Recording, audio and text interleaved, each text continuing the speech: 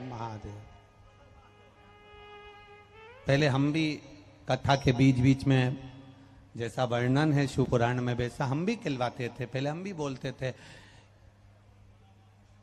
दीनबंधु दयालु दया कीजिए, जो दोनों हाथ उठाकर हर हर महादेव नी बोले उसको उठा लीजिए।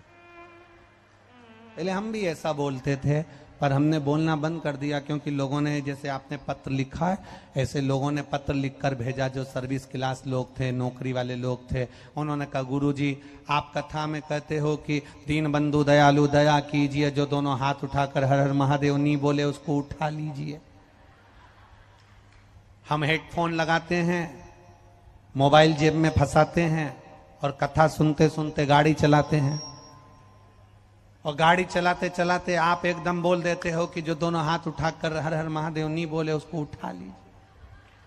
तो हमको गाड़ी रोकना पड़ती। अब लोगों को थोड़ी ना मालूम कि हम कान में क्या सुन रहे हैं, और हम गाड़ी रोककर दोनों हाथ ऊपर करके बोलते हर हर महादेव।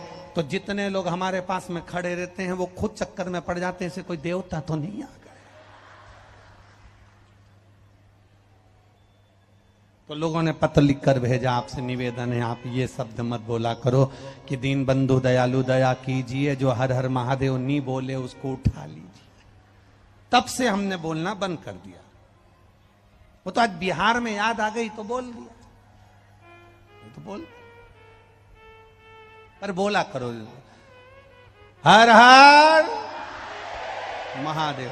अब बोला, और जैसे पंडित जी ने बोला हर हर महादेव, इतने में जो देवराज शिव जी के मंदिर में छुप कर बैठा था, जिसके शरीर में ताप हो रहा था, जिसके शरीर में बुखार पड़ रहा था, वो शरीर उसका तप रहा था, और तपता हुआ शरीर लेकर जो बैठा हुआ था, उस बैठे हुए शरीर पर बस उसको क्रोध आ रहा था कि मेरे शरीर में कष्ट हो रहा है और ये हर हर महादेव कह रहा है, मेरे शरीर में रोग हो रहा है और ये हर हर महादेव कह रहा है।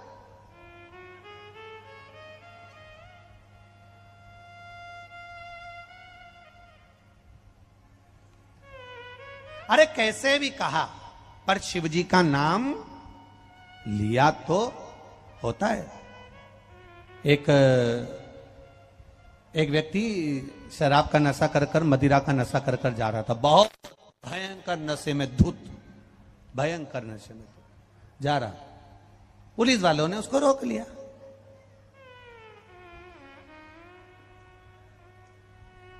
पुलिस वालों ने रोका और पियक्कड़ को पकड़ कर कहा, ये तुम इतनी क्यों पीते हो, शर्म नहीं आती तुमको? पुलिस वाले ने पूछा तुमने इतनी क्यों पी? वो मदिरा पीने वाले ने, नशा करने वाले शराबी ने कहा मजबूरी थी, मजबूरी थी। ऐसी क्या मजबूरी आ गई जो तुमने इतनी पी ली? ऐसी क्या मजबूरी थी जो तुमने इतनी पी? पुलिस वाले ने पूछा। उसने कहा बोतल का ढक्कन घूम गया था। पुलिस वालों ने कहा तो ये मजबूरी थी। व्यक्ति अपने जीवन में ये ज्ञान प्राप्त नहीं कर पाता कि भगवत स्मरण में फल क्या है। कई लोग कहते हैं वो तो भगवान के दरवाजे पर गए होंगे तो मांगने गए होंगे। कई लोग कहते हैं उसकी मजबूरी होगी तो शिव के दरवाजे तक पहुंचे होंगे। किसी ने कहा भगवान शंकर की चौखट पर गए होंगे तो कुछ मांगने गए होंगे। शिव महापुराण की कथा कहती है शिव के दरवाजे पर केवल मांगने नहीं जाते हैं, शंकर भगवान के दरवाजे पर मांगने की जरूरत नहीं पड़ती, शंकर भगवान के दरवाजे पर कुछ कहने की जरूरत नहीं पड़ती। शिव की करुणा कब होती है? शिव महापुराण की कथा कहती है जो शंकर भगवान के कथा में जाने का विचार कर लेता है, जिसके हृदय में शिव मंदिर जाने का विचार आ जाता है, जिसके हृदय में शंकर के मंदिर तक जाने का मन बन जाता है, समझ लो शंकर भगवान की कृपा तो उसी दिन प्रारंभ हो जाती है जिस दिन तुम्हारी चित्त वृत्ति में शिव पुराण आ गई। कोई मजबूरी से शंकर का गुणगान नहीं करता है, कोई मजबूरी से भगवान शिव का स्मरण नहीं करता। उसकी चित्त वृत्ति अगर भगवान भोलेनाथ से लगी है। और यहां जितने लोग कथा सुन रहे हैं, खगड़िया के अंतर्गत इस बिहार की पावन धरा पर, मां गंगा के पावन तट पर जितने लोग इस पावन कथा को श्रवण करने के लिए आए हो, अंदाजा लगाकर बैठना कि मेरा देव अधिदेव महादेव, तुम भले तुम्हारे घर से जो बैग लेकर आए हो भले उसमें कुछ नहीं होगा, पर शिव पर भरोसा रखना, मेरा देव अधिदेव महादेव तुम्हारी झोली भरकर जरूर भेजेगा, खाली नहीं भेजेगा। वो खाली नहीं भेजता। उसकी अविरल भक्ति हमारे विश्वास को बढ़ा देती है, हमारी दृढ़ता को बढ़ा देती है।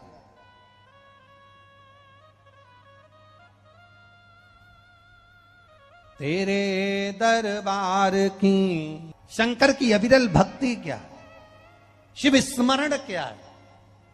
आपने कहा और उसने सुना, आप बस उसके दरवाजे तक गए, एक लोटा जल समर्पित करा और दिल से उसे पुकारा, दिल से पुकारा,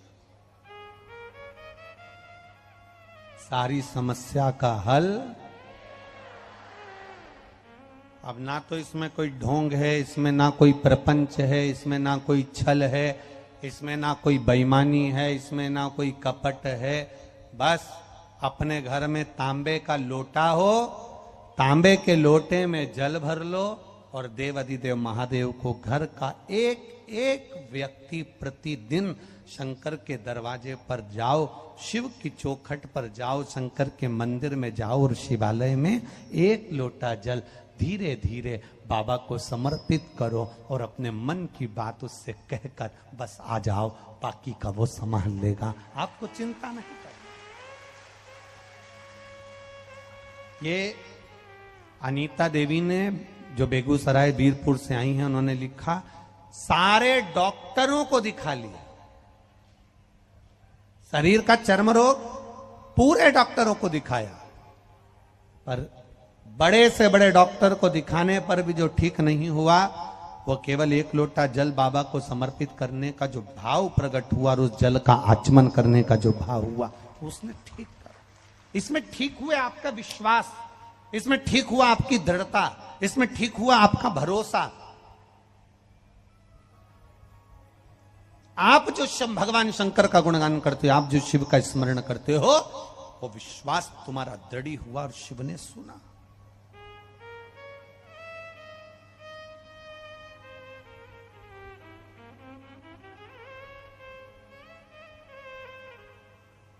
देवराज शिव के मंदिर गए,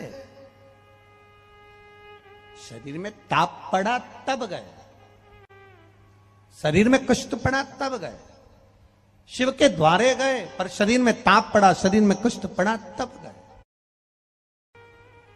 बुलाता है भोलेनाथ, मेरा शिव, मेरा शंकर, मेरा उघड़दानी, मेरा त्रिकालदर्शी, मेरा कैलाशी, मेरा विनाशी बुलाता है। वो जिस पे कृपा करना होती है उसको खींच कर बुला लेता है। आप लोग जितने लोग कथा में आकर बैठे हो ना कहीं मेरे देव अधिदेव महादेव की कृपा आप पर होने वाली होगी, इसलिए उसने आपको खींच कर यहां बुलाकर बिठा लिया। बोल बम का नारा है, उसने खींच कर बुला लिया यहां तक। उसकी कृपा थी, उसकी करुणा।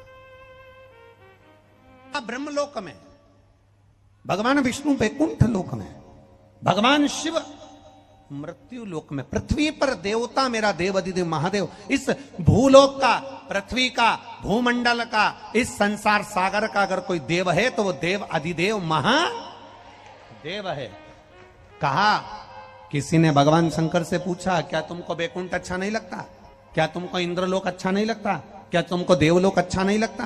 क्या तुमको ये देवलोक इंद्रलोक अच्छा नहीं लगता? भगवान शंकर जी ने कहा, मैं इससे अच्छा लोक बना सकता हूं, वैकुंठ से सुंदर लोक में बना सकता हूं, इंद्रलोक से सुंदर लोक में बना सकता हूं, देवलोक से सुंदर लोक में बना सकता हूं, पितृलोक से सुंदर लोक में बना सकता हूं, पर कारण केवल इतना सा है कि मैंने नंदी को वचन दिया है, नंदी को वचन दिया।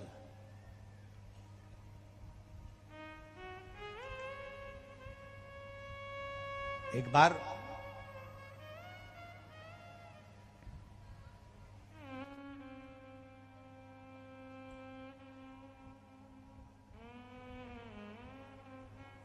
हलाहल विष, हलाहल विष शिव के पास देवता लेकर आ। जरा ध्यान देना कि लोग नंदी की पूजन क्यों करते हैं, शंकर जी के सामने नंदी क्यों होता है, क्या कारण है? भगवान शंकर जो पृथ्वी पर हैं, क्या कारण है? भगवान जो पृथ्वी के देवता हैं, क्या कारण है? भगवान जो मृत्यु लोक में रहते हैं, क्या उनको इंद्रलोक में नहीं रहना था? क्या उनको वैकुंठ लोक में नहीं रहना था? पर भगवान शंकर भी एक अच्छे लोक को बना सकते थे।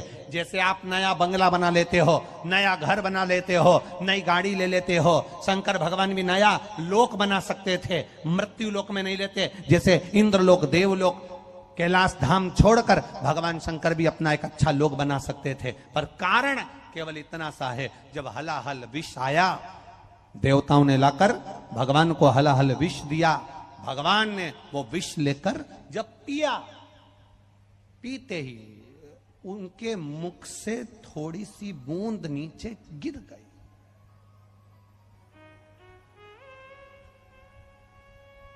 बूंद नीचे गिरी और सांप बिच्छू ने उस बूंद को चाट लिया।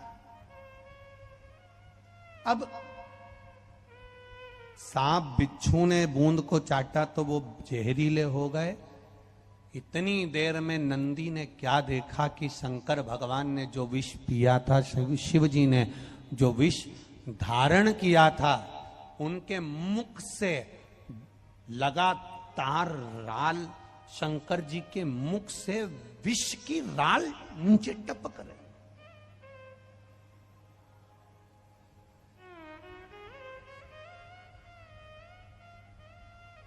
शिव जी के मुख से लगातार विष की राल जमीन पर टपक रही है।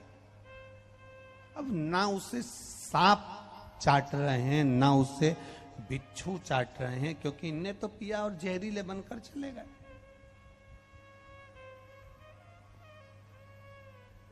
करा क्या जाए, क्या करा जाए? तब देवाधिदेव महादेव ने नेत्र बंद करे हैं और राल, विष की राल जमीन पर टपक रही है।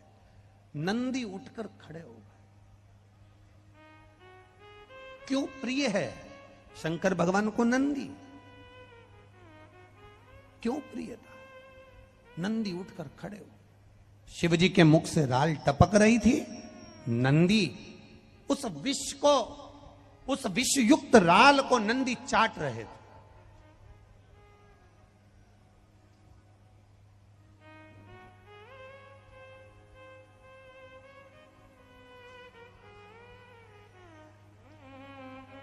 उस विषयुक्त राल को नंदी चाट रहे, और नंदी जब चाट रहे थे, चाटते चाटते चाटते चाटते उस विष को जब शरीर में नंदी के गया, नंदी को भी चक्कर आकर नंदी पछाड़ कर नीचे जब गिरने लगे, तब शंकर भगवान के नेत्र खुले और नेत्र खुलकर उन्होंने नंदी को आवाज लगाया, नंदीश्वर, नंदीश्वर, नंदी, हे नंदी आओ दौड़कर। नंदी दौड़कर आया। शिव ने देखा, मेरे ओघड़दानी ने देखा, मेरे शंकर भगवान ने देखा, मेरे त्रिकालदर्शी, मेरे कैलाशी, मेरे भगवान शिव ने देखा कि इसके तो कंठ पर विष जमा हो गया है।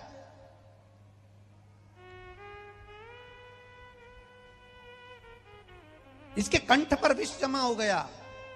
शिव जी ने नंदी के गले का स्पर्श करा, हाथ फेरना प्रारंभ करा, और जैसे जैसे शंकर भगवान नंदी के गले पर हाथ फेरते गए, हाथ फेरते गए, सारे जहर को भगवान शंकर ने हाथ के स्पर्श से खींच लिया।